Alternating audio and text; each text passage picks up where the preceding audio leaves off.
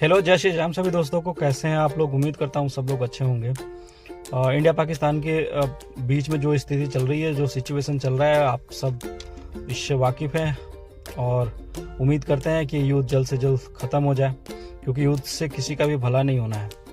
साथ साथ हम बात करते हैं, कल ने एक IMF की मीटिंग थी, इंटरनेशनल मॉनेटरी फंड, जिसमें ये मीटिंग इसलिए थी, पाकिस्तान ने 2 लोन अप्लाई करा हुआ है।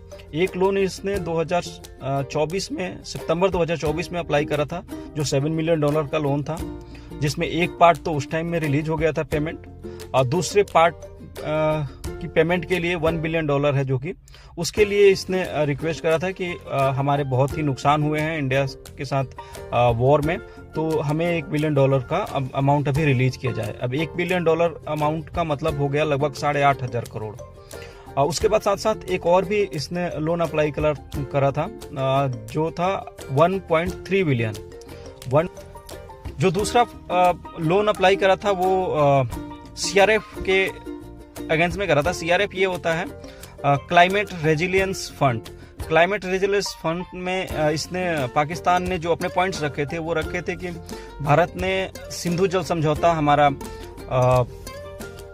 रद्द कर दिया है, जिसकी वजह से हमें पानी नहीं मिल पा रहा है, हमारे कृषि में प्रॉब्लम्स हो रही है, वह और भी बहुत सारी बातें। IMF ने दोनों ही लोन अप्रूव कर दिए हैं, दोनों ही लोन पाकिस्तान को मिल जाएंगे।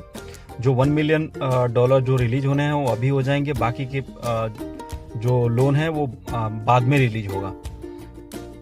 बोला, अब मेरे को एक चीज समझ में नहीं आती है, जहां एक तरफ पूरी दुनिया टेररिज्म के खिलाफ है, पूरी दुनिया चाहती है कि टेररिज्म खत्म हो, और वहीं उसी कंट्री को हम IMF लोन दे रहा है जहां से टेररिज्म पैदा होता है, जहां से टेररिस्ट पैदा हो रहे हैं। तो ये दोहरी नीति समझ में नहीं आ रही है।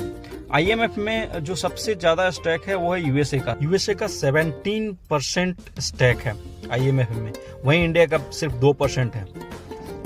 इंडिया ने विरोध किया इस चीज का, बहुत सारे अपने पॉइंट्स रखे कि इस फंड को पाकिस्तान सही से इस्तेमाल नहीं कर रहा है, इस फंड्स को टेररिज्म पे खर्चा कर रहा है, अपने देश के विकास में इस पैसे को खर्चा नहीं कर रहा है, इस पैसे को नहीं लगा रहा है, टेररिस्ट पाल रहे हैं।